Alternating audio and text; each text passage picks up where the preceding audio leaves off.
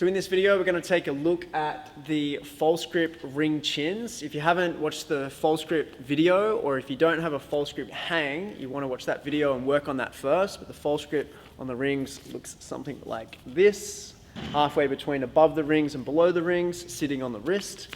So you want to grab the rings like that, over the top, pulling down, trying to straighten the arms out as much as you possibly can. Again, work on those false grip hangs so you can get full extension of the elbows at the bottom position.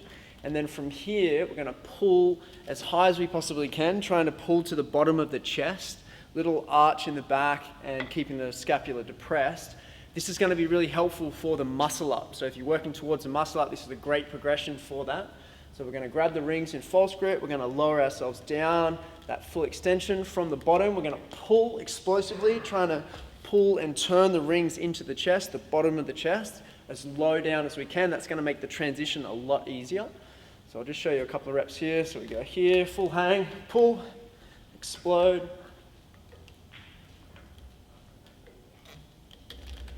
Just like that.